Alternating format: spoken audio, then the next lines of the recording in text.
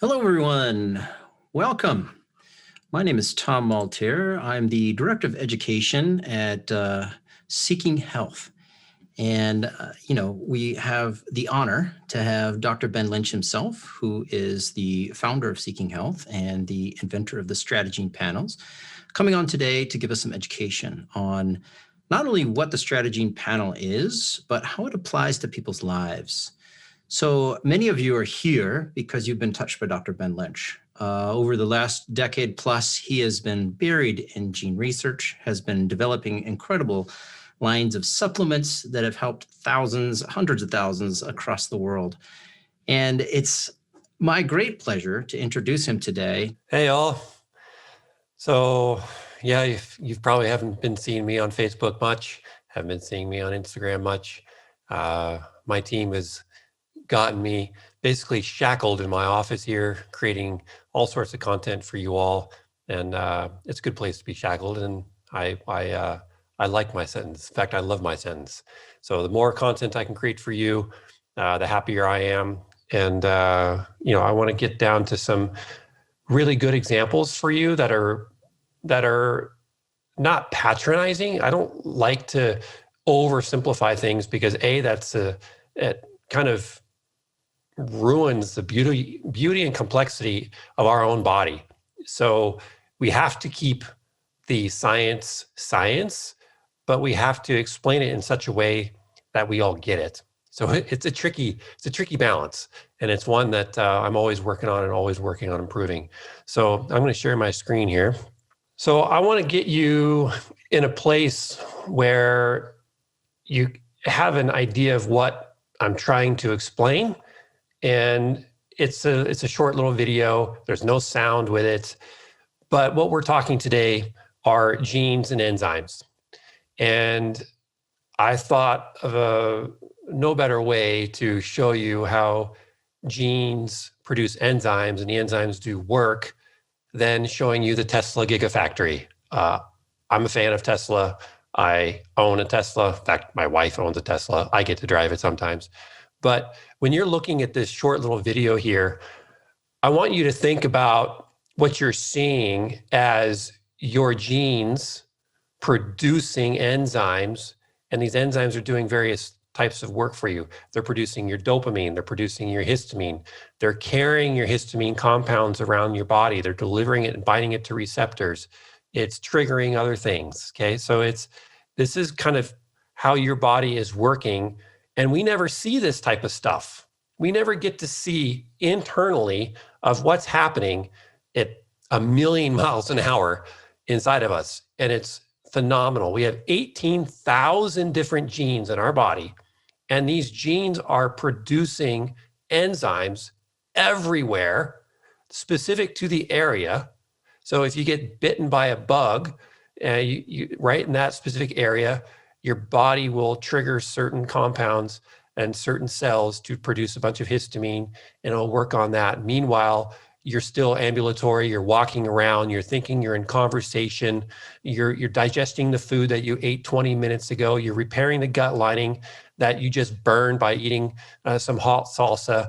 All this is going on simultaneously in your body, and that is amazing. So if you understand how complex your body is, then you're going to realize that when you do genetic testing, that you need to understand that genetic testing is only looking at one specific area, and that's your genes, and disregarding all the other important factors that are going on inside your body. So that's what we're trying to do with StrateGene, is we're trying to bring in genetic testing, but we're also bringing in other components. And what's happening is some people get confused. A lot of people get confused, and it's my job to remove that confusion and actually empower you. Okay, so the learning objectives today, of which there are 3. First one I'm going to dive into right now. What's the difference between genes and enzymes? It's important because when I wrote the book, between you and me and the fence post, the book should actually be called Dirty Enzymes, but that doesn't sound very good. Dirty Genes sounds a lot better. So why is that? It'll make sense here in a second. So Your genes are blueprints. They're the map. They are the things that you are absolutely born with. You've inherited from your mom and your dad, and you cannot change their design. If you purchased a house, you know, or you choose a blueprint from your builder, and on that blueprint, you've laid out the floor plan, you've chosen where the doors go, you've chosen where the windows go, you've chosen how the layout of the home is, and then you sign off on that blueprint, and then you give it to the builder. They turn it into the city, you get a permit, they stamp it, they approve it, and then off you go, and you come back 4 months later, and you see your house is built. And that's in dream world, if you can have your home built in 4 months, but never mind. So that's how that works. And if you were looking at that blueprint, you know, and after you've proved it, it's final, it's done, and you come back and your home was built. So your genes provide the blueprint for your enzymes, and your enzymatic function is determined by the blueprint, just like your home.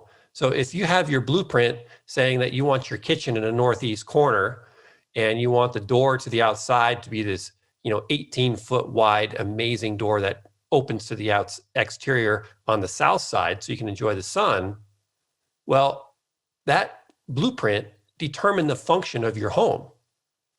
And the blueprint that you've inherited from your parents, your 18,000 different blueprints, they are determining the overall blueprint of how your enzymes are going to be made and created and function.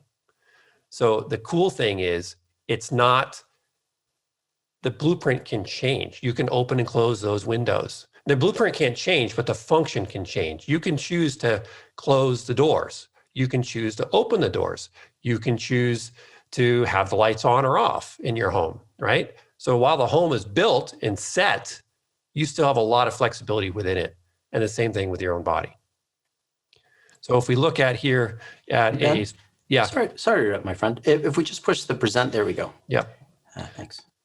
So if you look at it from a genetic level, you've inherited the genes, and for the most part, your genes are not firing all the time. Most of your genes are at rest, or they're quieted, they're wrapped up, and they are protected from the elements. And it is when they are signaled to go to work and make enzymes, that's when they will uncoil and they'll expose themselves to be read, and then they will print enzymes.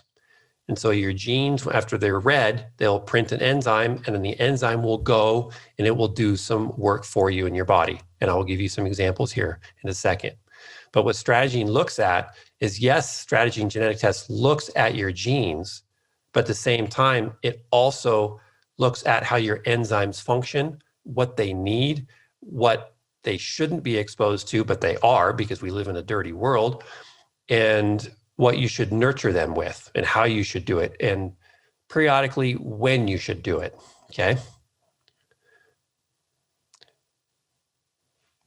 So the MTHFR gene makes the MTHFR enzyme. Many of you have asked, you know, what does my MTHFR genetic mutation or my gene variant or my MTHFR SNP, whatever you want to call it, what does that do to me? Well, what that does is it sets the blueprint for how your MTHFR enzyme is going to function. And that is ultimately what you need to know, because if you have a SNP in your MTHFR gene, then your MTHFR enzyme may function a bit slower than typical, or it may be totally fine. And even if you inherit a slower MTHFR enzyme or gene, it still might be functioning just fine, okay?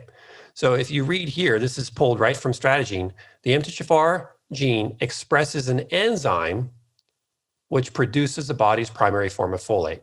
So when you're reading StrateGene, you're going to see the first sentence in the gene description usually discuss how the gene is producing an enzyme that is going to do something. And we will also describe what the job of that particular gene is, and what the variant will do to it, okay? So just keep in mind that genes make enzymes, and the enzymes are actually doing the work. So when you're taking a vitamin like methylfolate, that methylfolate is binding to the MTHFR enzyme. It is not binding. Actually, it is not binding. When you take riboflavin, for example, that is binding to the MTHFR enzyme. It is not binding to the MTHFR gene. Okay, the MTHFR gene makes the MTHFR enzyme, and if you take riboflavin, which is the cofactor for MTHFR, then that riboflavin will bind to the MTHFR enzyme, and the MTHFR enzyme can do work. So dirty genes translate to enzyme function. So I like using my hands a lot at work, and I thought of it, I'm trying to think of something visual for you, and I wanted to pull it out of the body. I didn't want to just show you, histamine or dopamine. I wanted to, give you, something that you can relate to. And hopefully a hammer is relatable because we all kind of know what a hammer is. So if you have a hammer making gene, so there's a gene in your body that needs to produce a hammer, and you've inherited that hammer making gene from your parents, and it's typical. There's no genetic variation in there, and you make a hammer. Okay. So that particular hammer gene with no variant makes a typical hammer, and you've got your tool. However, if you've inherited a hammer making gene from your parents that has a variant, it's slightly different than what's found typically. Your hammer making gene will produce a hammer that is not typical. It's atypical. It's not broken. It's not bad. And there are genes out there that are bad and harmful. In fact, some are even deadly.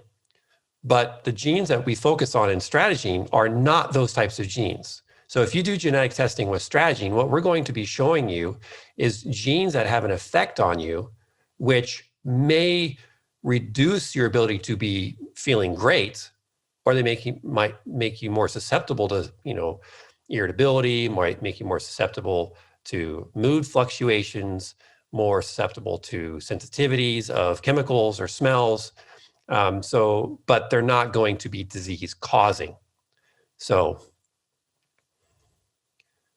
what happens is if you inherit this hammer gene that's typical, when it's produced, so the hammer enzyme is functioning, it can actually do its job of hitting in a nail, okay, if the nails are there. So the nails have to be there for the hammer enzyme to function.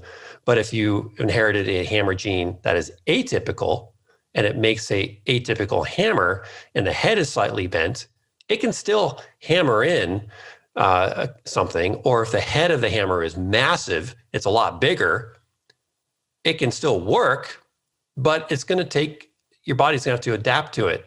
And if you don't know what type of hammer you have, that's a problem. So if your wife or your significant other or your kid or someone says, hey, go in the garage and get me a hammer, and you bringing out this huge Mongo sledge because that's all you got, well, you need to know that's what you have. And so when you do genetic testing, you can find out which hammer you have, and that will position you to being able to utilize your own genes and thus your own enzymes effectively without guessing. So what type of enzymes are your genes making? How does your body function from that? If your genes are producing enzymes that are acting a certain way, that means it's affecting how your body is functioning. And then if that's affecting how your body is functioning, that's obviously ultimately affecting you. So we are so focused outwardly. We're so focused with maybe pain or headaches or diarrhea or joint discomfort. We experience all these things, but we experience it on a level that isn't deep enough. And if you understand it down into the genetic level and then translates to the enzymatic level, then when you're experiencing those symptoms, you'll say, oh, I think this particular gene is acting up on me, or this particular pathway. And if I take this specific nutrient or I avoid this specific compound, or I consume this particular food, I can support that process and my particular symptom will go away. That is what I do. When I was working with patients and patients would tell me their symptoms, I would hear all these symptoms and I would be starting to classify them in my head. Dopamine pathway, serotonin pathway, folate pathway, methylation problem, histamine issue. And I would start classifying them all. And so when they're done sharing their story, I've got myself a pathway that I know how to support the patient, and I'm not really guessing, especially if I have StrateGene in front of me. So I know my MTHFR blueprint. I know my COMT blueprint. Do you? And if you don't, then you might want to, because if you understand where your genes are functioning in a certain way and how they're functioning in a certain way, then you can adapt to support them. So you can discover and learn your various blueprints by ordering StrateGene. And you can go to seekinghealth.com and get your StrateGene if you haven't already. And we'll be giving you a discount here at the end of the webinar as well. And that would be on top of the quantity discount that you get if you purchase more than one if you have a family. So my wife did hers, and in fact, everybody in our family did it. And so after you send in your sample and you wait 4 to 6 weeks, you get your results back and you log into StrateGene.me, which is what my wife did here. And then she sees a report and then she downloads her report. And this is the first page of it. And within this report, there's about 100 and some pages. And I'm going to be showing you various pages, but at the same time, I'm going to be giving you examples, and I'm going to be not quizzing you, but it's going to be interactive. So what is your MTHFR blueprint? So when you get your StrateGene results back, you're going to see, again, the description of the particular gene. And there's 100 and some genes that are discussed, I believe. Maybe 100 and some variants and maybe 60, 70 genes. I don't know. I don't remember. It's on the product page specifically. But again, we discuss the gene makes an enzyme, the job of the particular enzyme, what it does, and then what nutrients it needs to do that. And here are the options for the MTHFR to see your blueprint. So you can either inherit an MTHFR gene that is typical, and if it's typical, then it might say right here that there might be a blue circle around it saying gene was checked, no variant was found, or it will say gene enzyme with info like this one here.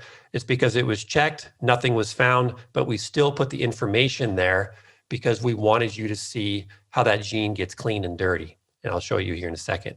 So there's two options for your MTHFR gene. It can be typical speed or it can be slow. And this key here is important. It's critical that you look at the key.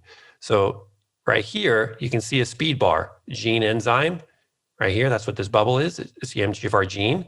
And this bar here designates that it's slower. And because ultimately you need to know what a genetic variation does to your gene. And ultimately what happens if you have a genetic variation in your blueprint for your gene, it makes an enzyme which either functions slower or faster for various reasons. And we typically give you what those reasons are, okay? Why would your MGFR enzyme function more slowly? We'll give you the reason here in a second. So this individual, they did their MGFR test. We'll say there's two different individuals here. One did their genetic test and they found out that their MTHFR gene has no variants, specifically no 677 and no 1298 MTHFR variants. The MTHFR gene actually has hundreds of genetic variants and SNPs, but only a few are functionally relevant, okay? Meaning that they have an effect on how the enzyme functions. So this individual has an MTHFR gene that has no variation. What you need to know also is despite the MGFR gene not having any genetic variation, the enzyme can function fine. It still needs to be functioning and it still needs the tools in order to do that. So for this particular gene, it needs riboflavin. See here the cofactor, green. A cofactor is what binds to the enzyme to make it go.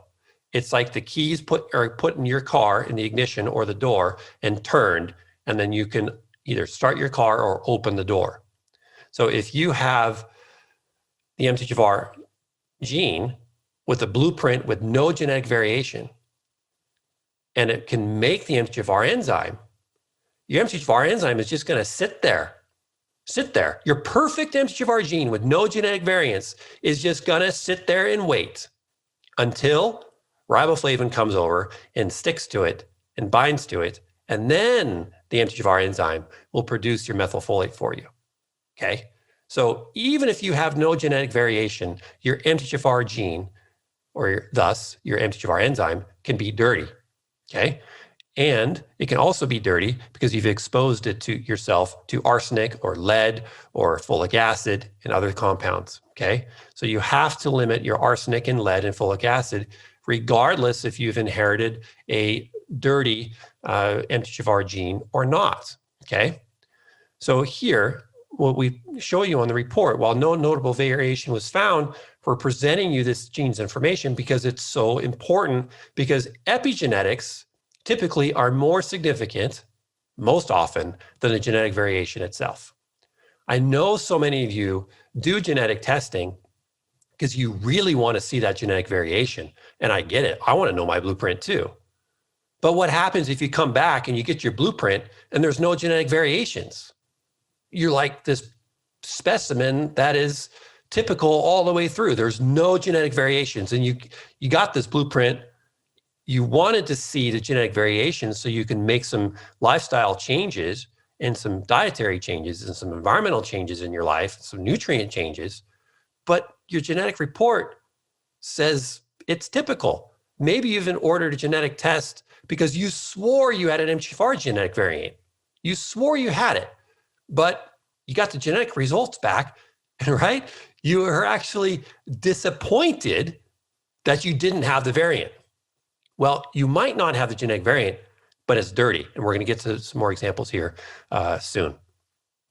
So if you inherited an MGFR genetic variant, like this individual did, like I have, then they have a significantly slower MTHFR enzyme, meaning it's not functioning as well as someone who does not have this MTHFR variation. And so specifically, you learn which variations you've inherited, what it does, why it does it, and then you learn how to clean it up. So this individual, this is actually me. So I've inherited one of each. So you can see this plus minus. So I've inherited one of each. And this particular variant decreases the binding of the cofactor riboflavin. So if it decreases the binding of riboflavin to the MGFR enzymes, then you might need more riboflavin. And research shows that if you support your MGFR enzyme with more riboflavin, it might function, better. So, and you must really limit arsenic and folic acid and lead because your MGFR enzyme is already slow. And if you look here in purple, I made this really small, but decreases activity is what this purple is. So if you already have a slow MTHFR enzyme and you have things which slow it down even more, that's a problem. So if you've inherited an MTHFR variant like this individual, me, two of them, so it's reduced in its function by 50%. So what if I'm consuming folic acid on top of my already slow MTHFR enzyme? What if I'm deficient in riboflavin, which surprisingly a lot of people are, on top of my already slow MTHFR enzyme? That's important information to know, right? So you might need to be more diligent about filtering your water to remove arsenic. You might be more diligent about choosing supplement companies which do third-party testing for heavy metals to make sure that you're not swallowing a bunch of arsenic. So you have to make these decisions, but you have to do it in an informed way because you might not even know these were issues.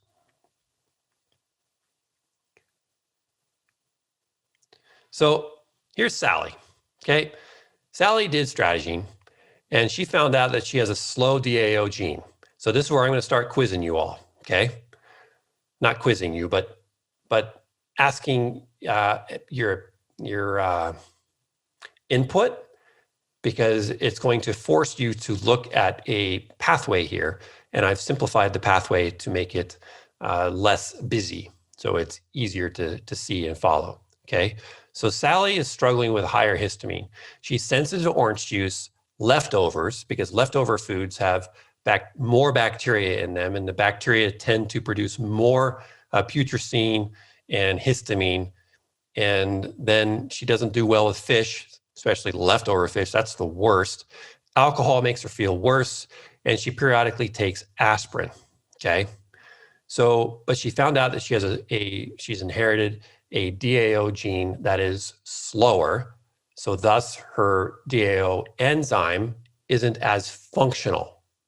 So her DAO enzyme is overwhelmed when she consumes more histamine from her food, because the job of DAO is to process histamine from food or drink or the microbiome, okay? So why? Okay, she bought histamine block to support food-derived histamine. She found out that it helps her. Why is histamine block helping her slow DAO gene? And later, you're going to find out that it only helps sometimes for her, because I've changed the scenario a little bit. So look at the ingredients here. So here's the supplement facts for histamine block. It contains DAO. She was born with a slower DAO gene. So what happens if she swallows something that contains a DAO enzyme, if she's eating, higher histamine containing foods? So you think about, exactly. So if you think about what the blueprint is, the blueprint for DAO is to make the DAO enzyme. But her blueprint to make the DAO enzyme for her is slower than typical. It doesn't work as well. So if she overwhelms it, maybe she, for some reason, decides to have orange juice with her fish, right? Well, probably, let's say wine. That makes more reasonable, is more reasonable. So she has white wine with her fish, and then she has some cheese in her salad, okay? And that is a combination of, it's an issue for her, right? So here she is drinking wine, which is histamine, and fish, which is histamine, and it's leftover fish at that.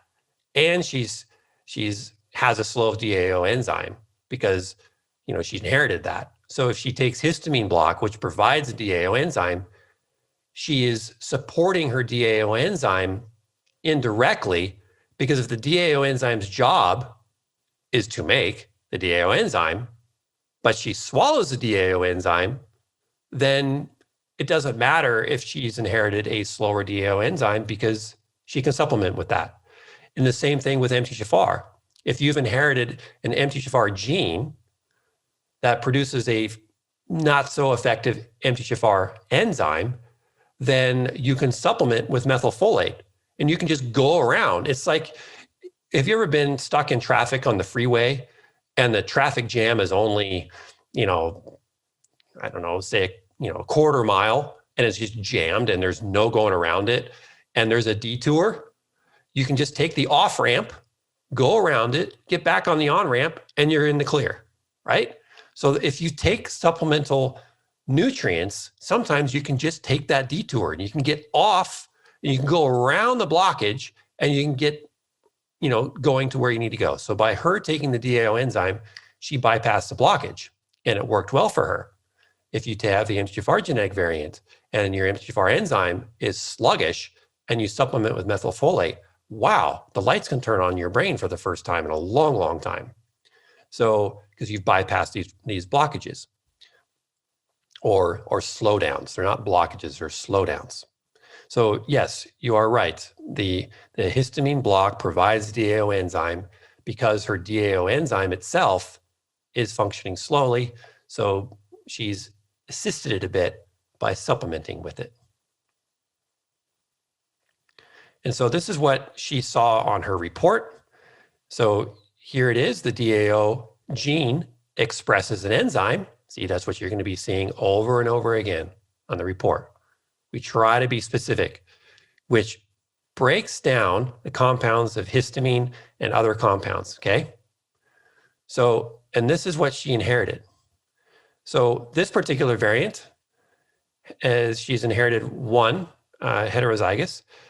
So this variant is slightly less activity, and this other variant she has in addition to is 30% less activity.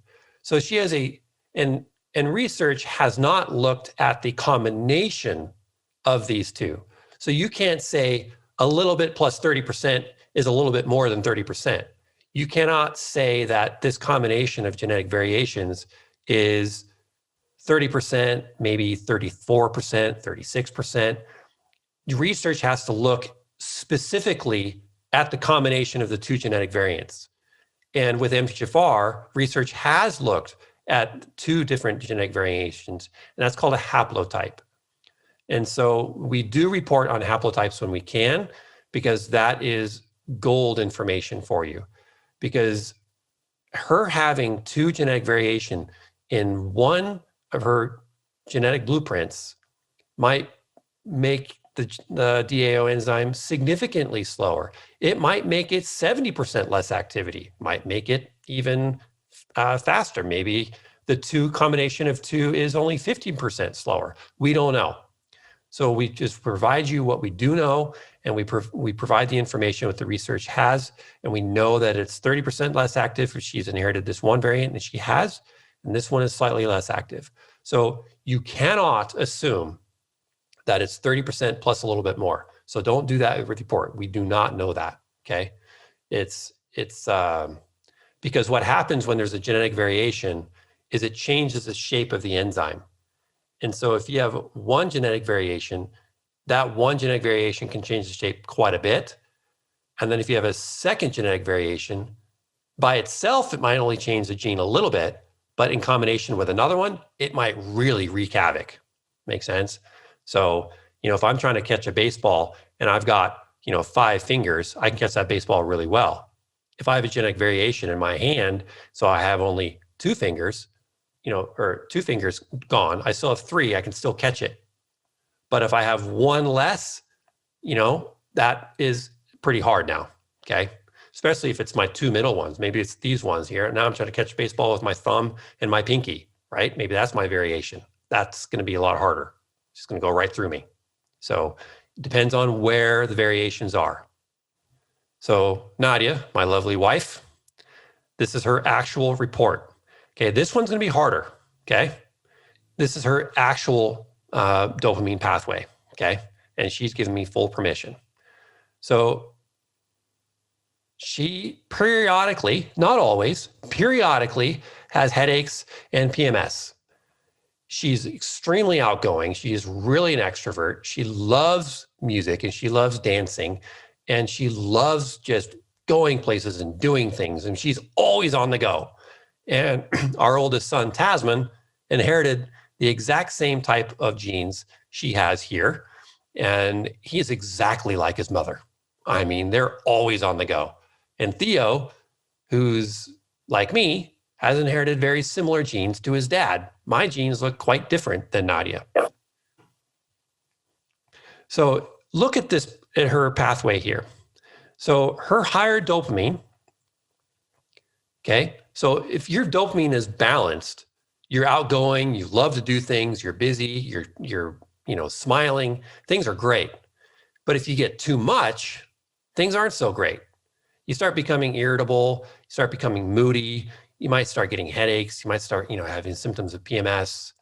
So which genes are contributing to her susceptibility to higher histamine? So remember the key here from that we discussed earlier. So the orange speed bar, so this speed bar here means these enzymes are working faster than typical. Okay, so this yellow means this particular gene is working typical speed. So it's, if you're on at the Tesla gigafactory, you want all the machines to be kind of working simultaneously the same speeds. And some machines, if they work faster than another one, you can get a backup and stuff starts falling apart and falling off the conveyor belts. And if the first one's slow and the other ones are fast, there's going to be a shortage. So look at Nadja's histamine pathway and which particular genes, and look at the ones that have genetic variations in them, are increasing her susceptibility to higher dopamine and why. And I want to force you to look at the diagram because the answers are right in front of you. Okay, remember the orange words here speed up how the enzymes work. The green are the cofactors, vitamins, minerals, but you don't need to really looking at these right now. And the purple slows the genes down, the enzymes rather. And then, but I want you looking at these speed bars. So underneath, it'll tell you what it is. So this particular gene, SLC18A1, transports your dopamine. DRD2 bind the dopamine. And when you bind dopamine, it activates it. Okay. Okay. So Catherine says she's got a faster TH. And okay, so I'm going to be more specific here. So what is the faster TH doing in Nadia's body, in your body actually? So what is the TH gene doing in your body? What's the job of it? Look right on the diagram. You don't even need to read at it. Good, Don. Exactly. So a faster TH is making more L-DOPA, which then ultimately will make more dopamine. So Nadia has a significant ability to make L-DOPA, and she just needs to have additional vitamin B6 to go through the dopamine decarboxylase gene, the DDC gene, to make more dopamine. So Nadia has a heightened ability to make dopamine one step away, L-DOPA, okay? So she has a faster ability to make dopamine. And then what about her dopamine transport, okay? So if she makes significant amounts of dopamine, and then what happens if she transports it fast too? She has significant ability to transport dopamine. And that transportation is being delivered to her receptors. So she has a lot of dopamine. She has a lot of transportation. She has a lot of trucks, basically, to carry the dopamine. And then at the delivery, all the dopamine is being delivered right to the particular job site where it gets used immediately, which is the receptor, and bing, her brain goes, right? So yes, Nadia is usually smiling and very happy and usually very outgoing.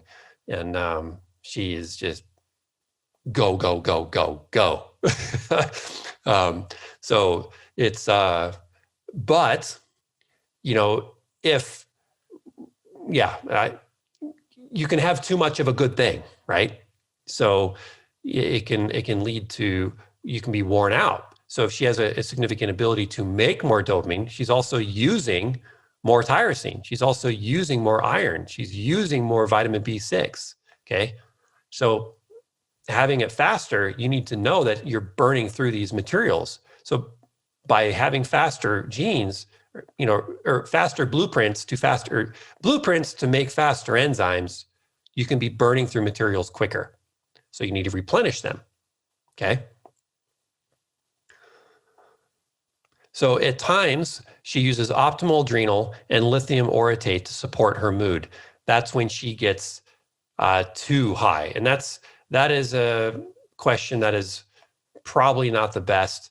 I should have phrased it a little bit better. But what lithium does is it kind of helps support a sense of calmness, okay? And it does it by working on particular genes and slowing them down. So lithium helps slow particular enzymes down, and we are working on writing that out. Bobby says she could cut back on vitamin C. So when you look at, so these things are dynamic. So your genes, your static blueprints for your genes are making enzymes which are extremely dynamic. And nutrients come and go, and compounds in your body come and go. So by looking at your StrateGene report, which is static and one-dimensional, you have to always be aware that things change constantly. So if she's smiling and happy, then, great. If she is starting to become irritable, maybe she needs to cut back on some protein to slow down the funnel of producing that tyrosine to getting into L-DOPA. So if she's taking a supplement of L-tyrosine and she gets headaches and irritability, and she has an increased ability to make dopamine and transport it and bind it, and someone told her, God, I take L-tyrosine and I feel fantastic. Well, and she tries it, she can have all these opposite symptoms as her friend because her friend's blueprint is different. So if you find out on Facebook groups or your doctor tells you or someone tells you, and you don't have your blueprint handy, oh, I took tyrosine and my focus was phenomenal, I felt great. And you took tyrosine and your head just hurt and you just couldn't sleep and you were mad. And now you just, damn it, what's wrong with me? Well, you look at your blueprint and you're like, oh, okay, yeah, I need to be careful with tyrosine. So you can't just say, I shouldn't be taking vitamin C or I shouldn't take this. It's dynamic. You have to tune in first, as I describe in the book, Dirty Genes. Tune in first to how you're feeling, then look at your StrateGene report. You always have to use your StrateGene report in context. You can't, a lot of people get their StrateGene report and want to read it and say, well, what do I do? You have to use it in context with things. So that's why I'm giving you these additional things here. Nadia genetic test, and she experiences headaches periodically. Why? Okay.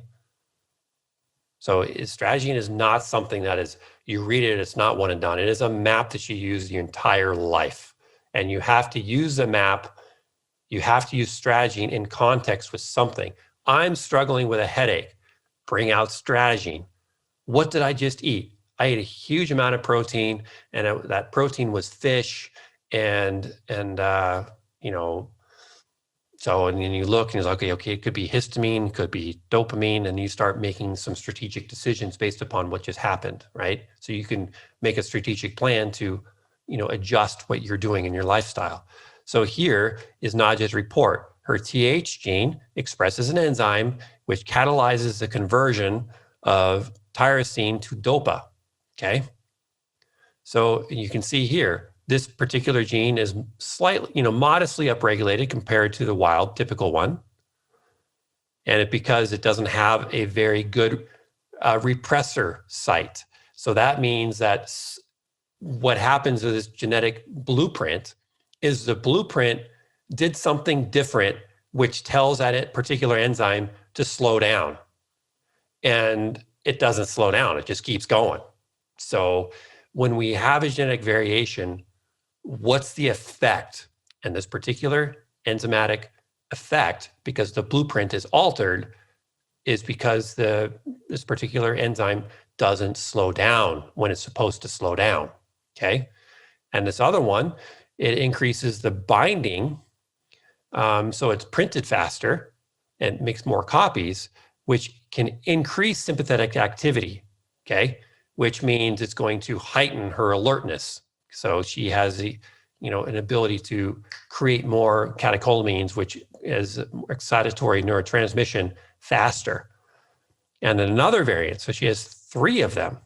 And this one is increased making of proteins or enzymes to make L-DOPA. It's increased by 130%. So that is a lot. So, and again, we know each one of these as individuals, but what are they really doing as a group of 3, right? We don't know because research hasn't tested, at least that we have not found, that shows, okay, if you have this particular 3 tyrosine hydroxylase genetic variants in combination, like Nadia has, that really may heighten her production of L-DOPA. So we just know that it's faster, and you need to be more careful and aware and be more mindful that supplementing with tyrosine or eating protein at night before dinner, at dinner, maybe you need to make some adjustments as I describe in the book, Dirty Genes. Now her other gene, her transporting gene, it expresses an enzyme So this particular gene expresses a cell membrane transporter for dopamine, serotonin, epinephrine, and norepinephrine.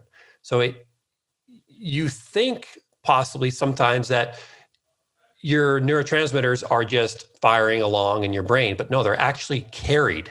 They actually have to be transported, and they actually have to be bound to receptors in order to activate. You can have all the dopamine in your brain you want, tons of it, tons of dopamine in your brain. But unless it's actually physically carried and then physically bound to a receptor, there's nothing going on. You can just be blank in your head. So you've got to have these particular enzymes functioning, okay? And a lot of medications work on neurotransmitter transport. They work on neurotransmitter binding and reuptake. Okay, so this particular variant increased the transport of dopamine 240% more. Wow. Okay, so she's got a big wheelbarrow to carry her dopamine. Okay, that's significant. And then her norepinephrine, which we're not going to be talking about, it increased the transport by norepi by 1,300%. So that is powerful information. So if something happens to Nadia, maybe she and I get in a fight, okay, and we start getting mad at each other, she just clamps down instantly. So if we get mad at each other, her brain just goes nuts, and she just has to just disengage, and we both have to walk away and then come back when we're calmer and have a conversation. Me yelling at her is just not helpful. And I've noticed that with Theo and Taz, and actually anybody. So if you engage in yelling, it's gonna, particular people like this as well, it's really gonna shut them down, because their brain just floods with these neurotransmitters, excitatory, and they just get so wound up and so mad that they just kind of clam up. So it's, or they just have a crazy outburst. So they clam up because they don't want to have a crazy outburst. So be mindful of what's going on here, and having a blueprint is helpful. Yes, epinephrine is explained on the report, and we look at the pathways too, but I'm just showing you gene by gene and Nadia's here. So the DRD2 gene expresses an enzyme which functions as a receptor for dopamine. So a receptor, again, binds the neurotransmitter and then it activates it. So Nadia here, look, it's wild type, it's typical, but it's faster than a genetic variant. So you might have a faster or slower or typical if there's no variation in it. And you have to know, because it's in context to other things. And so you have to understand. And so that's what happens when you order a genetic report from, I don't know, so maybe you ordered 23andMe and you've run your data through other people's genetic reports, and you get information back and it says, your DRD2 genetic variation, you don't have any, but you didn't know that you may feel a boost in mood from enjoyable music, and especially benefit from dopamine boosting strategies. These people may benefit from better fine motor skill writing retention if they perform aerobic exercise directly after learning the skill. So the lack of a genetic variation, or the lack of a different blueprint, does not necessarily mean that there's no change in how your enzyme functions, because it's always compared to something else. So you have to understand, if there's a genetic variation, what does that do? If there's no genetic variation, what does that do? And so that's what we do in the research, and our research team finds this stuff out. This is all from published literature. So if you have information like this, can you imagine if you knew this years ago when you're in college, or you're able to tell your kid, if your child has a DRD2 wild type gene, and you're telling them don't study with music on, it's distracting. Well, maybe because it's distracting to you, but to them, you've just given them a big disservice because you don't know their blueprint. So you've got to be mindful of that. Everyone's blueprint is different. You and I are 99% the same, but that 1% variation is massive. So again, if you see your child studying with headphones on and they're grooving and they're listening to music and they're studying, and you say, get those dang headphones off. I told you, don't listen to music. You could just, and they listen because you're the parent and maybe the teacher says it. And now you can go to your teacher and say, look, my kid needs music while they're listening. And this is one gene. This is not all of them. So and test scores always show as well. So you got to put it in context. It's not just one gene leads to that particular outcome. But if you look at it in combination and you see it somewhere else in the StrateGene report, that can be pretty useful. Here's Fred. Okay. Fred's different than Nadia. So we're going to do another question here for you. So he has moments of gloom and difficulty concentrating. He's just not a motivated dude. And he also just starts craving carbs when he's not motivated and when he's got the feelings of doom and gloom. So he just starts chowing on the carbs. He's starting to gain weight and he's not focused and he's just sucking at work and he's starting to get yelled at more, and being yelled at actually makes him perform for a little bit. And he sees that and he doesn't really understand why he's being, a higher performer from being yelled at, but he is. And he actually starting to welcome getting yelled at, because that yelled at is actually increasing his dopamine in his brain and he performs better. And then he doesn't get yelled at and he starts not performing. And the carbs kind of help, but boy, the weight sure doesn't. So, what do you do? So what genes are contributing to his lower dopamine? So COMT, Jerry, is not on here. I removed COMT off of here because I knew a lot of you would focus on COMT. COMT is a gene which helps break down and metabolize dopamine. It helps get rid of it. But getting rid of it is secondary or even tertiary to the production, transport, and binding. And that's something that I didn't really understand, even a year and a half ago. And while making the new StrateGene, I've really dialed in and learned a lot. And my head hurts, like your head is hurting right now, probably. But understanding how dopamine is made, transported, carried, and reabsorbed back out of the brain, back into storage vesicles. That's extremely important. And what I'm hearing from some of you is you were right, that you said that Fred has moments of gloom and difficulty concentrating because this DRD2 gene is less responsive. So Fred's ability to make dopamine is good. Fred's ability is actually heightened according to his genetic blueprint, but epigenetically we don't know, right? So according to his blueprint, he has heightened ability to make dopamine, he has heightened ability to carry dopamine. Again, epigenetically, we don't know.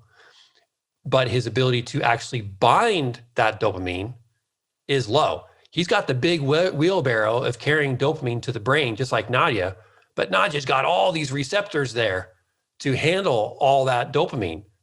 And Fred just has a couple. He just has like one or two, So dopamine binds to his, fuel receptors in his brain, and he gets, a little dopamine hit. But it doesn't matter that he's got a whole bunch, because in the assembly line, he has only a few receptors in his brain. They're not plentiful. So it doesn't matter how much dopamine you give this guy, you have to do something to the receptors, or have continuous production coming in, or prevent the reduction in the reuptake. So let's talk about that, because I didn't talk about that with Nadia. So if you look at the gene here at SLC6A3, when you see it says dopamine reuptake, what that means is that arrow, we need to do something on that, because dopamine DRD2 will activate the dopamine. SLC6A3 will inactivate the dopamine. It will pull it out of the brain. So By him having a slower SLC6A3, slower dopamine reuptake, slower pulling it out of the brain, that's going to leave dopamine in his brain longer so it can bind to his few receptors. So that's a good thing in his situation, okay? So his slower reuptake is better for him than if he had a faster reuptake. So for example, if you look on his, I think we'll talk about this in a second when I dive in a bit deeper, but I just want to make sure I do it now.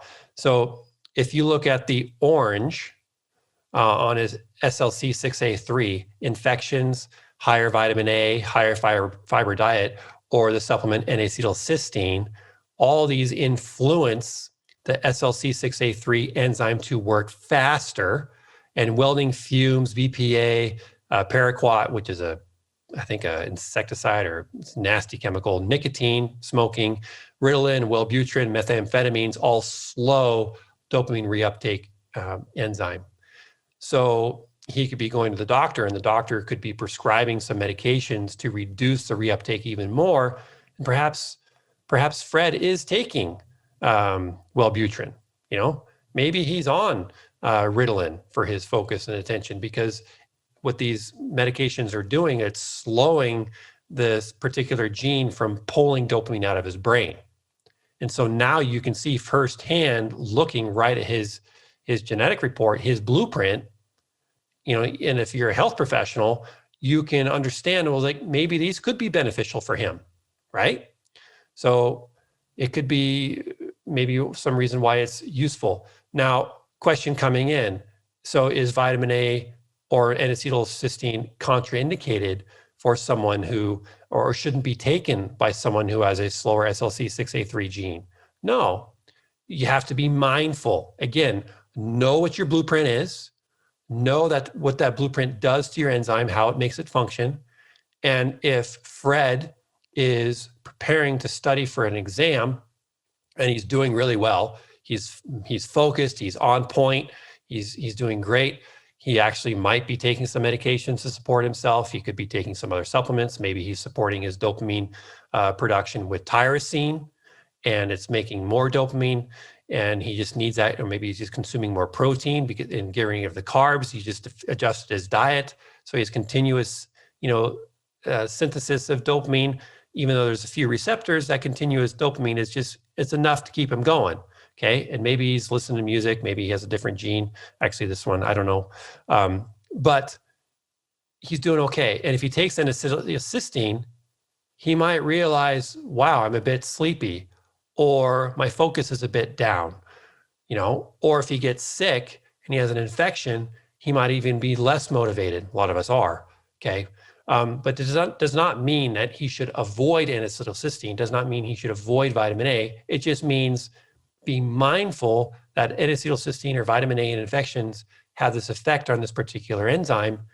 And what am I feeling right now? And maybe he took too much tyrosine, or maybe he's on too much medication. Maybe he's got too much dopamine in his brain. Remember, these are just blueprints. It's not looking epigenetically real time what's going on in him. So if he is taking too much tyrosine, like my oldest son did, and he was taking too much, he became irritable and he had headaches. So he actually may have benefited from taking NAC. NAC has actually been shown to support people, support their moods. If they're heightened level in their head, it helps calm them. So now we know why, right? Or at least a reason. Okay, DRD2 for him. So he has a slower DRD2 gene. Remember, this particular gene expresses an enzyme which functions as a receptor for dopamine. Okay. And so he has 15 to 20% less receptor binding potential compared to those who do not have this genetic variation.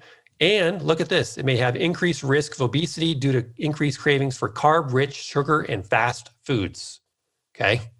So if you're a type of person that is just craving carbs a lot and you're struggling to get off of that, maybe you've tried keto and maybe you've tried intermittent fasting, maybe you're stressed a lot and you just can't kick that carbohydrate binge.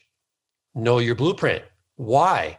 And if you know your blueprint, then you can figure out, well, how do I need to support that? And maybe I should support with a higher protein diet. Maybe intermittent fasting isn't for me. Maybe keto isn't for me.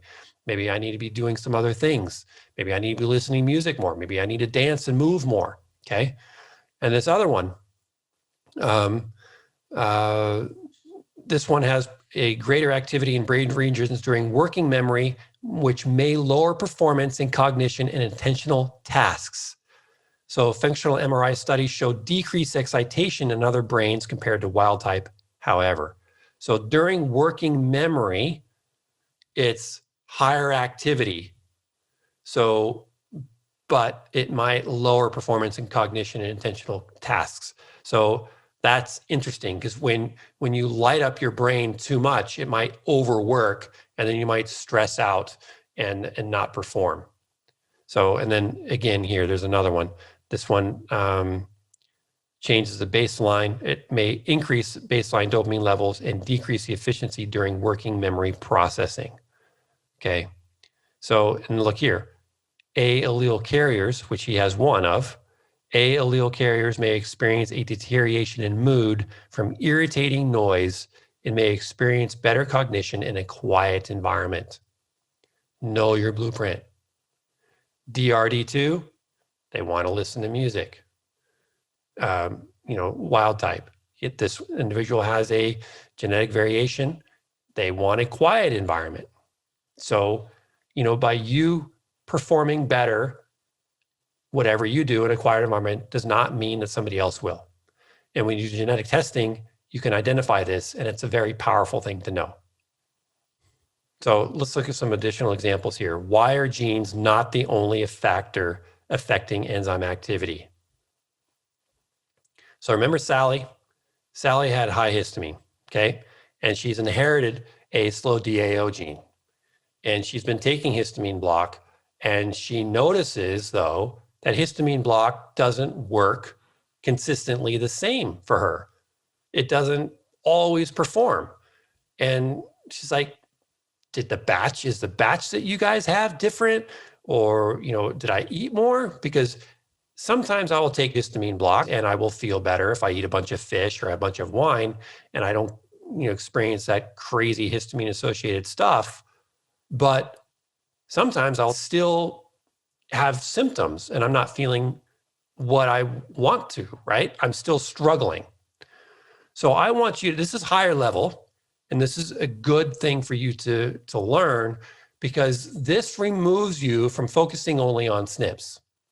This gives you the understanding of the true power of StrateGene because it gives you the insight to look beyond the genetic variations. Oh, I have CBS and MTHFR, what should I supplement with? To start understanding what environmental lifestyle, foods, meds, all these different types of things, how they're interacting, nutrients, and from a gene to gene level. So if you have I saw questions come in, which I'll get to in a bit, but I have MTHFR plus minus 677 and CBS plus plus. What should I take? I will never, ever, ever answer that question. It all depends. I don't know. I don't know the context of the situation. I don't know what your epigenetic lifestyle factors are. So let's look at Sally right now and put this into context. Okay.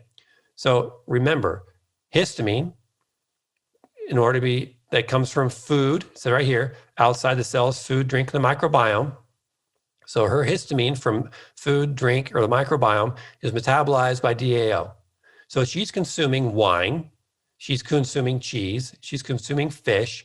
She supplements with the histamine block. Sometimes she's good. Sometimes she's not. So what do you tell her? Say, what do you tell her? Take more histamine block?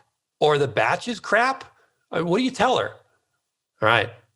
There's hundreds of you on, so I've only got like 6. This is more complicated, but look at the diagram. Just look at the diagram. I know there's a lot of fear. I know there's a lot of anxiety around typing something that might not be quote unquote right. Give it a go. You learn from your mistakes and you learn from being wrong. Who's completely lost and has no idea why she takes histamine block and it doesn't help her all the time. Let's explain what feedback inhibition is.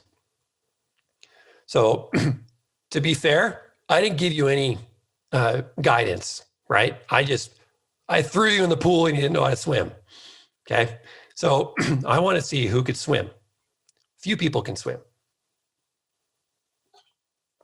So not very nice.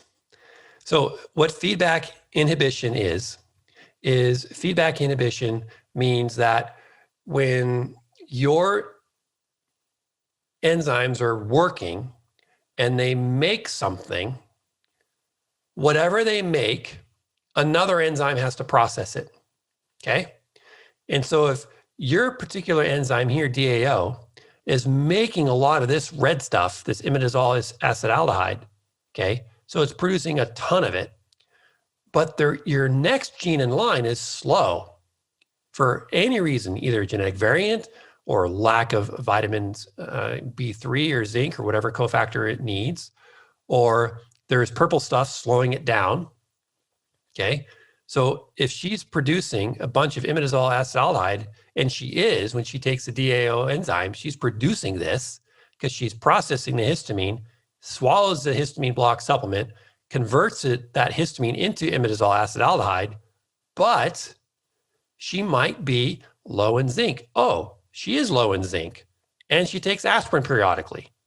So aspirin slows down ALDH, and she's low in zinc. So if she's low in zinc, takes aspirin periodically, and inherited a particular enzyme, ALDH, which is slower, this imidazole acetaldehyde is accumulating.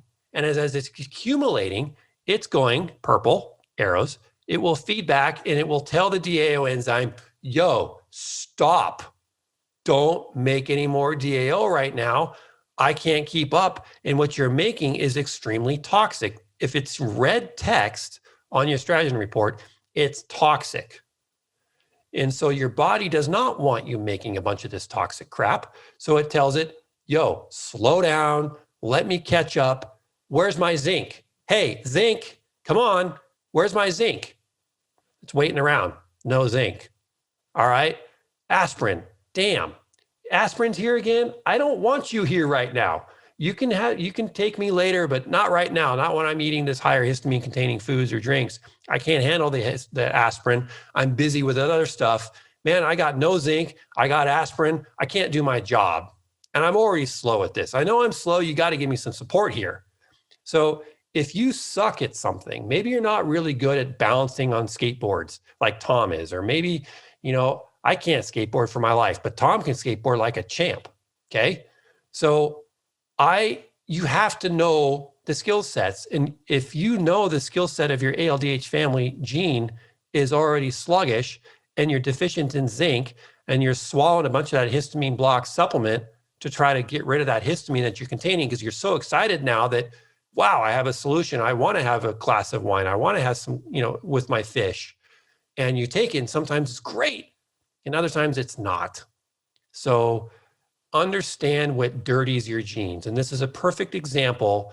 Yes, it is inherited. She did inherit a slow ALDH, but she's also dirtying it even more.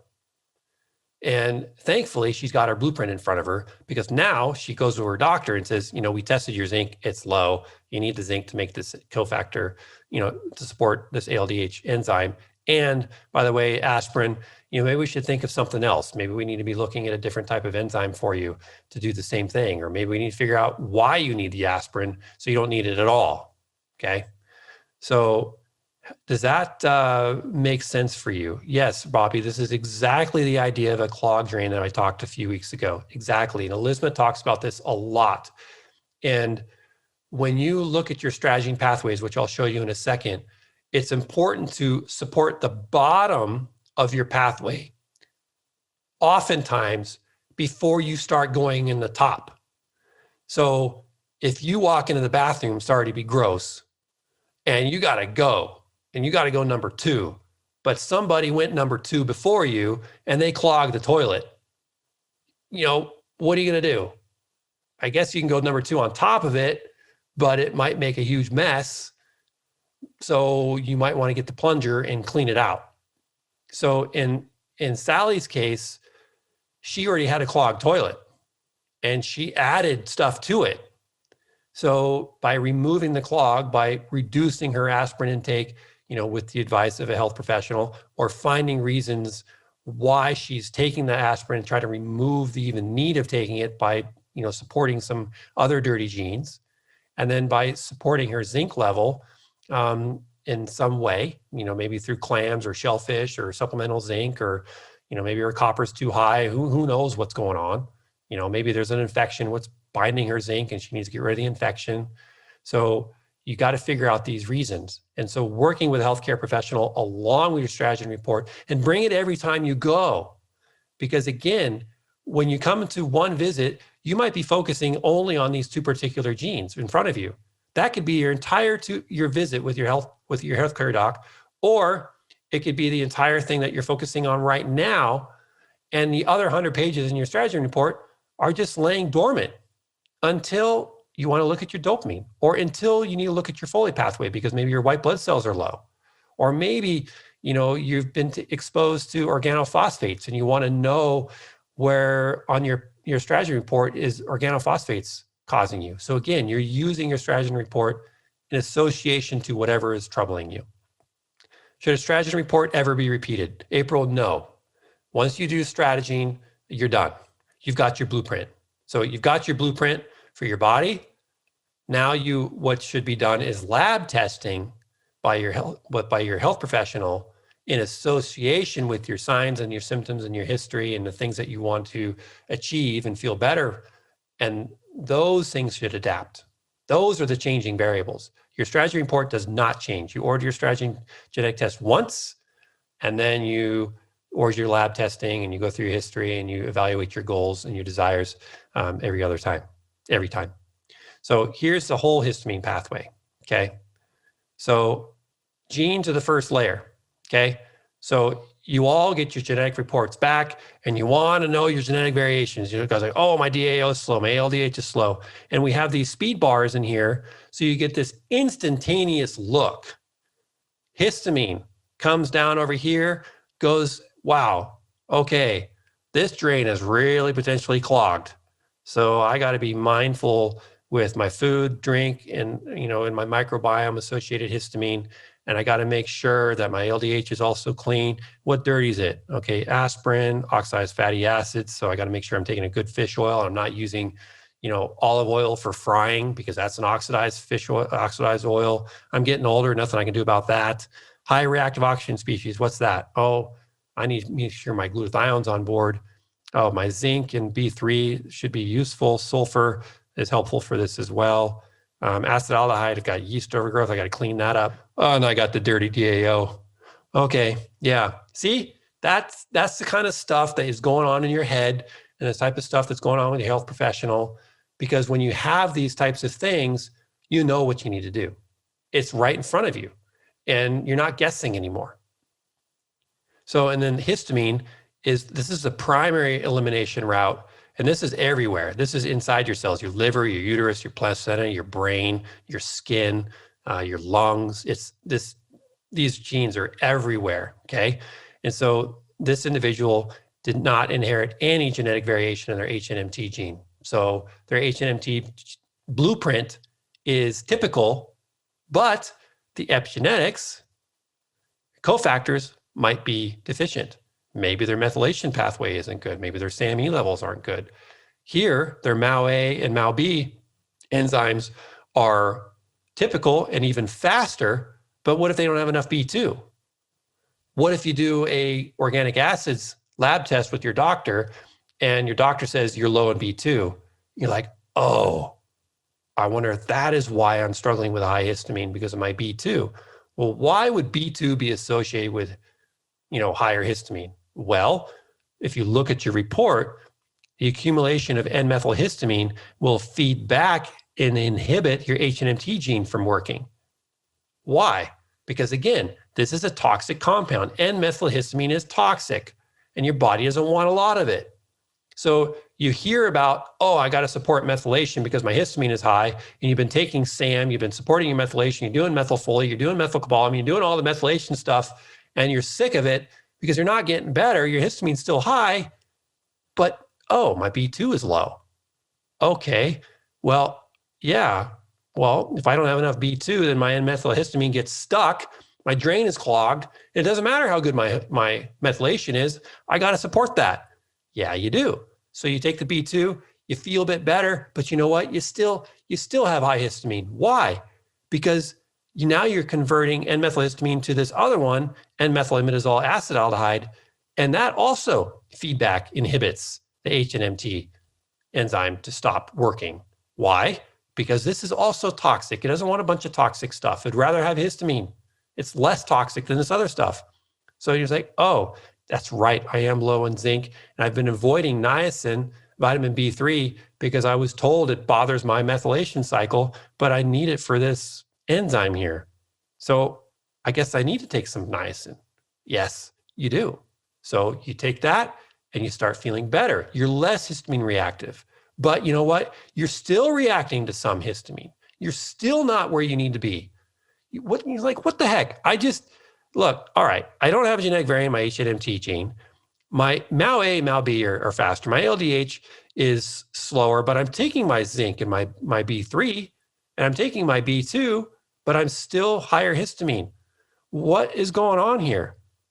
Well, I've been around secondhand smoke lately because Uncle Fred just came over and God, this guy smokes up a chimney.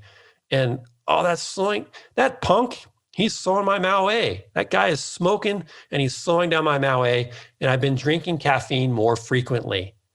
Oh, okay. Well, I need to be reducing my caffeine intake.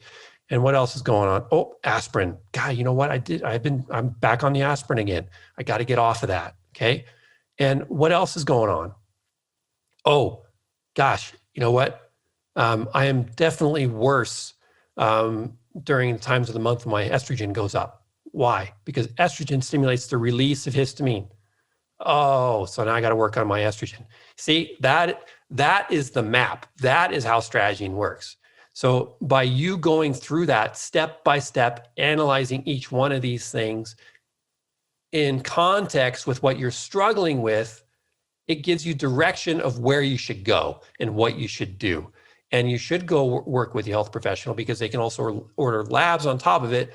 But sometimes you don't even need to order labs. If you're smoking cigarettes, drinking caffeine, and you're cooking with oxidized oils, you can do all that on your own and you can start cleaning up your dirty genes yourself.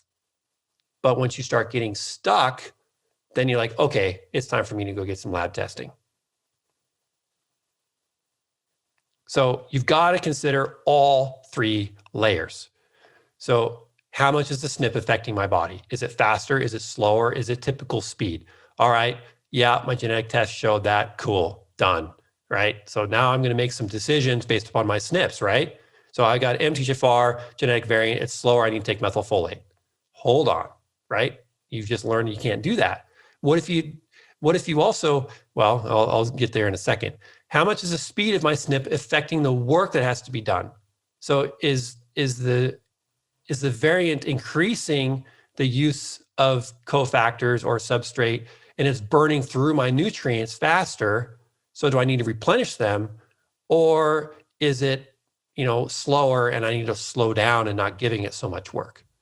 So glutathione processes your formaldehyde. If you have a slow glutathione producing gene, you better stop exposing yourself to so much formaldehyde because your ability to make glutathione is reduced and you're going to be burning it all up from the formaldehyde that you're smelling.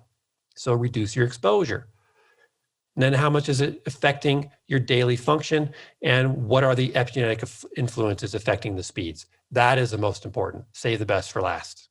Okay, and use the key and you'll learn it. So Jack has got high histamine and he did a genetic test and he's pissed. He's pissed off. He swore he had a typical dirty DAO and he swore he had a dirty H&MT gene. And God, you know what? There's nothing. There's no genetic variations on here. And he's like, what the heck? I think this test is wrong.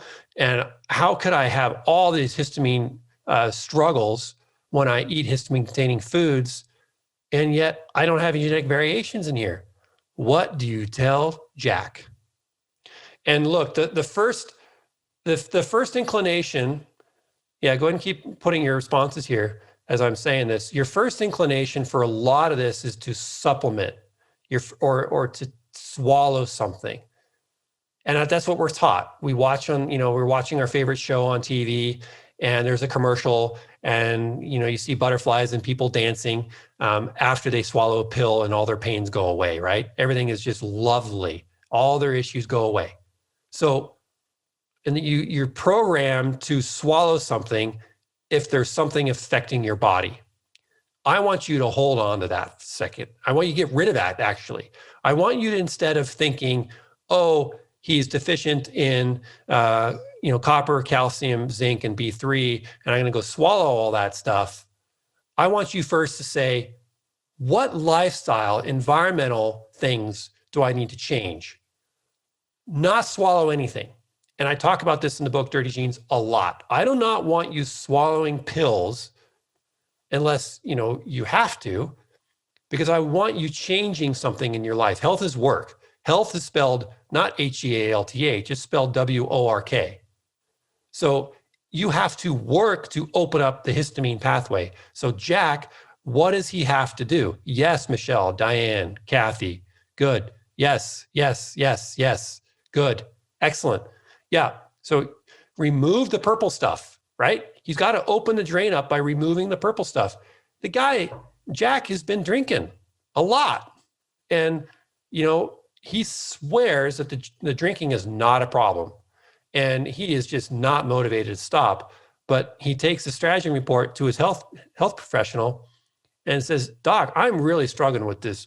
I can't eat my favorite foods. I love fish. I love cheese. It's like, well, what do you love more, alcohol or fish? Actually, I love fish more, but I can't eat it. Well, look, you're drinking alcohol. It's slowing your ability for your DAO enzyme to work. Oh, and it's contributing to acetaldehyde, and it's destroying your gut. Alcohol is destroying your microbiome. It's destroying your gut lining. It's a poison. Cut the alcohol. Oh, all right. Nobody told me that. So if you give explanations as to why you should just stop alcohol, because alcohol is bad, but you don't know why specifically it's bad, and you see what it's doing to your own body, that is a real motivational factor for you. And so if you become more motivated, more empowered to make a lifestyle choice, a decision, an act based upon the information that's laying in front of you or sitting on your screen from StrateGene, then you should act, and you want to act, and you do act, and you start feeling better. And then what happens? By you making the decision, you act, you improve. It's like, now you decide to make another act, to make another decision. So now you're going to be working on, really supporting the gut inflammation. And by stopping alcohol, that really helps. But, maybe you're going to start eating some more healing foods. So awesome stuff. So hopefully that helps you. So his DAO, we put that information on there because while no notable variation was found in his DAO gene, we are presenting this gene's information to you because it's so important. Remember, lifestyle, food, environment, and nutrients play a significant role in genetic expression, often significantly more than genetic variation. Okay? So here again, here's what the gene does, the enzyme specifically, important notes, we talk about some stuff, and then here's what Jack must limit exposure to. This is taken right off his StrateGene report. I just copied and pasted it, okay? So dirties, he's got to avoid aldehydes from the environment, such as smog and vehicle emissions. He needs to get an air purifier probably, okay? He needs to avoid alcohol, especially red wine and champagne, okay? Foods, avoid known allergies and intolerances. Maybe he's eating avocado. I eat avocado and I get a histamine flush. So even though avocado isn't high histamine containing food, I react poorly to avocado and lime and cashew and a couple other things. I mean, I'm not like deathly allergic to them, but I feel badly. So if you're eating foods that you are known allergic to, even though they're not high histamine containing foods or drinks, they're increasing your own histamine. So you must avoid the things that you're intolerant to because it's driving histamine levels up. Okay. Maybe he's got blastocystis hominis in his digestive system. I had that. That stuff is everywhere. Blastocystis hominis is very pervasive. Maybe he's supplementing with lactobacillus fermentum and bulgaricus because he's taking a multi-strain probiotic because he was told to take a multi-strain probiotic because it's healthy. More the better. Well, the primary probiotics that are in those multi-strains for him, he looked on his labels and was like, damn, I'm actually taking lactobacillus fermentum and bulgaricus, and I'm eating yogurt, which contains both of those as well. He cuts those out. He stops taking that probiotic. He switches to a different one that does not contain these, and he starts feeling better. So probiotics are not the same. It's like saying all vitamins are the same. They're not. If you need vitamin B1, you take B1. You don't take B6. And if you take a probiotic, you can't just take a probiotic. You need to know what those strains do and choose wisely. What cleans it? These are what Jack must do. Jack must be working on these things. Okay? Water filter, blastocystis hominis, identify that thing. Health of digestion. Okay? Foods, what he should be doing with foods, and then supplements and medications. Okay, we give all this sorts of stuff to help you out. And Victoria, I did learn the hard way too from probiotics. It made me sicker. I was taking one of our own Seeking Health probiotics, and I did not do well. And then I started taking the probiotic histaminics, and for me, the probiotic histaminics really, really changed my life. So everyone's different, but I got rid of the blastocystis hominis. I supported my other nutrients. I don't take aspirin. I hardly ever drink alcohol. I don't do my food allergies. I didn't just take probiotic histaminics. I did all the other work too. So again, here are your genes, your genes. And then you got to look at the cofactors. But I should have put the cofactors last because I don't want you focusing on the cofactors after SNPs because that's like you jumping to swallowing a pill. I should have put this actually first. It should be the epigenetics first, then the cofactors, then the genetic variations. Because if we do that, that shifts your mindset to thinking epigenetics first, nutrients to support my enzymatic function second, SNPs, good to know. But if I do my epigenetics and support my cofactors, the SNPs are not going to make as much of an impact, right? So that needs to be shifted. So I will do that next time. So StrateGene, if you are keen on knowing your blueprint, and I hope you are, and look, if you were lost, if you were confused at any point of this, I've been doing this for over 10 years. On top of my cell and molecular biology degree from UW, on top of my naturopathic degree, from Bastyr. So I've got decades of, ahead of you, if you will. So I've been doing this for a long, long time. But when you order StrateGene, you've got health professionals to help you. Seeking Health is constantly training them. Tom and Ceylon and Lizma, Angela, myself, we're all, increasing the training of health professionals. So you can order your StrateGene report. There's a discount code today, which I'll be showing you. And you can get a discount also if you want to support your family. You can get multiple kits at a discount. And you do that. And then 4 to 6 weeks later, you get your results back. On top of, you get the book, you get the course, you get additional courses and education behind StrateGene.me. And then we're doing webinars and so on. So you get a lot of education. But if you are the type of person, and we have a quiz at StrateGene.me, you should go to StrateGene.me and take that quiz. But you should know from what I just showed you too, this is work. Genetic testing is not going to give you answers to what supplement you should take. It might show that you have increased susceptibility to a particular nutrient, or you should consider it, but it's not going to give you take 100 milligrams of magnesium 3 times a day for the rest of your life. If it does, that report sucks and it should go in the garbage. I mean, I'm that adamant about it. You cannot order a genetic report and know what you are taking because it's absolutely static. It's like me, if you go to a parking lot and there's 10 of your cars in the parking lot, whatever car you drive, imagine there's 10 of them. And they all look exactly the same dent, the same color, the same dirt, everything is the same. And you got your key and you try to stick it in the door. I've done this before. Have you done this before? There's 2 cars right next to each other.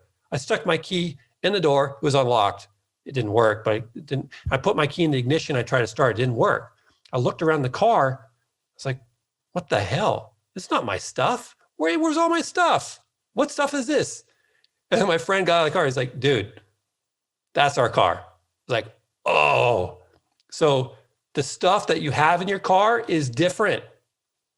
And the genetic testing company, all they're doing is showing you what kind of car you have and what components are in it, roughly. But then you're the one driving it. So, are you driving it hard? I don't know. What type of gas you putting in it? You changing the oil, keeping the tire pressure good. You rotating your tires. I don't know, right? So everyone's different. Even if you have the same genetics, everyone's different in their epigenetics. Twins, they could be genetically identical, but yet they will have different emotions. They'll have different things that makes them sick, different things that make them feel good, different hobbies, right? Because of the epigenetics. So don't forget the epigenetics, and StrateGene provides you the epigenetics.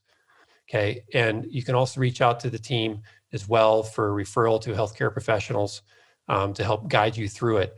And remember, this is a 100 and some page report, but you saw how we focused on one part of the pathway, going over various different types of issues of people, different types of people. And so I want you going into your StrateGene report thinking, what's my goal? All right, I want to do this. I want to enjoy my fish again. And what are you struggling with? I feel like crap when I eat my fish and when I drink orange juice. All right, so that's what it is. I don't want to just be buying supplements. I want to make some lifestyle decisions here, and I want to know what my blueprint is. Well, now you can't, okay? So thank you all. And I'm going to be looking at some questions here. A person is asking, can you fix the DO gene and SIBO and no longer have histamine issues? Let's ask the audience, okay? So I'm going to, I'm doing the Who Wants to Be a Millionaire right now. And this is the question. This is the final question for $1 million. So this individual is wondering if they had SIBO and they get rid of their SIBO, will their histamine issues go away? I'm seeing some yeses, I'm seeing some maybes, I'm seeing some nos. Okay. Marcy's like, got to support the other things. Okay. So it could, okay, because SIBO is an overgrowth of various different types of bacteria, right? Which you can consider an infection because it's an overgrowth. It's not supportive. So it does slow down your HNMT and your DAO, okay? But what if, they're not sleeping very well, lack of sleep, high stress, these things increase the production of histamine. So she's got rid of her SIBO. She's all happy about that, but she's still stressed out. She's exercising intensely because of the stress. She's thinking she exercises hard, she's going to relax, and it does help, but she's got lack of sleep because she's getting up at 5 a.m. to exercise hard. And by the way, she's got rid of her SIBO, but she's been taking, estrogen replacement for various reasons, and her estrogen is now elevated, and possibly she's obese. Her BMI is slightly high, and she needs to lose some weight, and that's creating, also more estrogen. And she's got rid of the SIBO, but she's consuming things stored in plastic, right? So you got to look at the whole enchilada. So focusing on one and removing that pain point is brilliant. But if I'm walking along barefoot and I'm in Arizona and I step on 10 cacti quills, or thorns, and I pull one out, that's going to feel better, but I still got to pull the other 9 out. Or I step on one cactus quill and then I kick a rock and then I, get burnt on my skin, right? These are all variables which are affecting me. You got to look at all of them. Is histamine block only for food allergies? Let me first preface food allergies. So an IgE, like a crazy food allergy, histamine block is not indicated for. So if you eat or have a high allergic response to a certain food that will give you anaphylaxis or serious histamine reaction, histamine block is not going to be, you just don't eat that food, period. Don't take histamine block to try to say, oh, I'm anaphylactic to peanuts. If I take histamine block, I can eat peanuts. Don't eat peanuts. Right? And don't take histamine block because of that. Be careful and do your EpiPens and Benadryl and talk to your health professional. Histamine block is supportive of gut-associated histamine.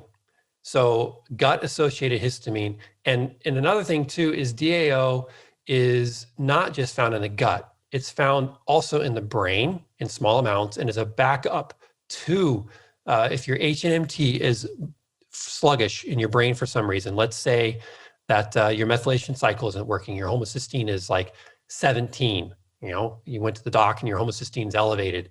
And, DAO, I just read a research paper, I think this week or last week, that said DAO is a backup in the brain to HNMT. It doesn't work as well, but it's still a backup. So if you take histamine block and it's the DAO enzyme, it will work on metabolizing histamine of whatever is producing it. So it doesn't have to be food related, doesn't have to be drink related. It could also be microbiome related. So if you have, like I did, a bunch of Blastocystis hominis in my gut, you can just get that from drinking, water. The Blastocystis hominis is found in water. So you could be taking it away from food to try to support healthy histamine in your gut. So it is not only associated with food and drink. If deficient in folate and bad histamine issues, will methylfolate help the same as folinic acid, or does one do better than the other? Ooh, that is a great question. That's a tough question too. I'm just going to start off saying, I'm not going to leave you hanging, but I'm going to give you some answer. But first I have to say, I don't know. But I will give you some input on this. So methylfolate supports methylation. Folinic acid helps support cellular growth and production and DNA base production. So it depends on your specific issue. If you have a leaky gut lining, if you have gut lining issues, folinic acid may be your go. If you are anemic and you're not able, you're low in the ability to make red blood cells and white blood cells and support immune response to various infections and so on, folinic acid is going to be your go-to to support those things. So it depends on why your histamine is elevated, trying to figure that out. And sometimes a combination of both could be useful. Sometimes you want to take a multivitamin with folinic and methylfolate in it. And, or maybe you don't do well with methylfolate or you don't do well with folinic, and you can pick one or the other. And I would say, really, you could do trial and error. I have both in my home. Sometimes I do well with methylfolate. Sometimes I do well with folinic acid. Expiration date on them is long. The cost of them is low. Some people do experience worsening or increased sensitivity from methylfolate, increased irritability, headaches, histamine issues from methylfolate. And it could be because they supported their methylation here on this pathway and they made more N-methylhistamine, but they don't have the cofactors or these enzymes or these genes clean enough, right? Maybe they have dirty MAO-A, MAO-B, and ALDH family genes because you're supporting methylation with methylfolate, because you're converting that homocysteine to SAMe again with methylfolate to methylcobalamin, and you maybe get a little bit better, but the drain is still closed. So again, it depends on your specific situation. It is not one or the other. It could be absolutely both. people are asking, hey, what happens if you address one pathway and that pathway indicates that you need something or you don't want something, and another pathway contradicts that? So here's one that says, how about I shouldn't do quercetin and curcumin because it slows HDC? So how would you speak to that? The purple and the oranges are not shoulds and should nots. They are not shoulds and should nots. They're not stop and go. They're not colored green and red, okay, on purpose. You don't see green and red anywhere on your StrateGene report, okay? It is not something, it is something we want to oversimplify. A, because it's easier, and B, well, because it's easier, but it's wrong. So if you look at quercetin and you see that it slows the release of histamine, and it slows the production of histamine formation, but then you also look and you see quercetin also slows your COMT enzyme, that's just providing you information. It's letting you know that quercetin has the ability to reduce the release of histamine. It also shows you that quercetin has the ability to reduce the formation of histamine. And it also shows that quercetin has the ability to slow the COMT enzyme down. So what does that tell you? Okay, again, you have to put StrateGene in context. So if you are struggling with histamine-related issues, let's say you got a runny nose and your seasonal allergies are just wreaking havoc on you, and you're kind of down in the dumps on that. And so you start taking some quercetin because you read about it can be helpful. So you start taking it, you start doing good, feeling good. You've been trying the histaminics because histaminics got some dihydroquercetin in it, if we ever have that stuff in stock. So you feel better. And then someone tells you, well, you shouldn't take the quercetin because it slows your COMT. And you're like, oh, I don't want to slow my COMT. I'm born with a slow COMT. My COMT is already dirty, but my moods are fine. I'm not all pissed off and irritable. I don't have any sleeping problems. So I'm confused. Should I take the quercetin or not? So here's the situation. Let's say you have a slower COMT. You have a filthy, dirty COMT, and you're experiencing irritability. Your head is hurting, and your seasonal allergies are just causing issues. And so, you took 500 milligrams of quercetin, and it's like, okay, well, you know what? They're really bad today. I'm going to take 2 grams of quercetin. I got this bulk batch. I'm going to take 2 grams. And now your seasonal allergies improved, but your head hurts even more. So StrateGene gives you the information. If you type in quercetin, you do Control F on your StrateGene report, you do Control F and you type quercetin, it will highlight everywhere on your StrateGene pathway in your report where quercetin is mentioned, and you can learn the effect of quercetin. So it's like, okay, with that information, I just slowed my COMT down. I'm going to support my COMT now. I'm going to clean it up. I'm going to consider supporting with magnesium. I'm going to do some deep breathing. I'm going to go for a walk in nature, right? I'm not going to eat a bunch of protein, right? So it just gives you insight into understanding what quercetin can and can't do, and if you take too much or you take too little, what it can and can't do. So you just adjust accordingly based upon how you're feeling. So again, StrateGene is a static blueprint. I have no idea who you are. I have no idea what you're doing in your life. I have no idea anything at all with you. All I know is that you spit in a tube, and you got your test results back, and we showed you, based upon what we found from your spit, what your blueprint is. But the rest of your life, we have no idea and no ability to see even your results. So we don't see any of that, but you can. But you need to apply it to your own self in your life. Well, Ben, I just want to comment on what's coming in through the chat window and everything. Yes, everybody, you're correct. This is there's a lot of information, right? There's a lot of little layers, and Ben actually did a very eloquent job of going through the 3 primary layers, looking at the gene, looking at the cofactors, looking at the lifestyle agents, look at all the things that influence. And this doesn't happen overnight. This is you, though. You're worth the time, you're worth the energy, you're worth the investment. This is your health, this is your future, this is your cognitive function, this is your ability to live and love. So I commend you for being here, number one. This is fantastic that you spent this much time with us and you're so diligent in learning all these things.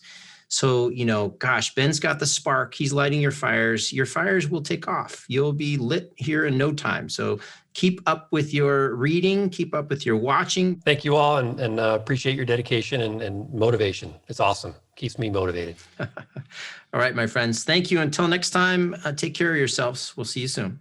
Yep. Bye-bye. Bye-bye.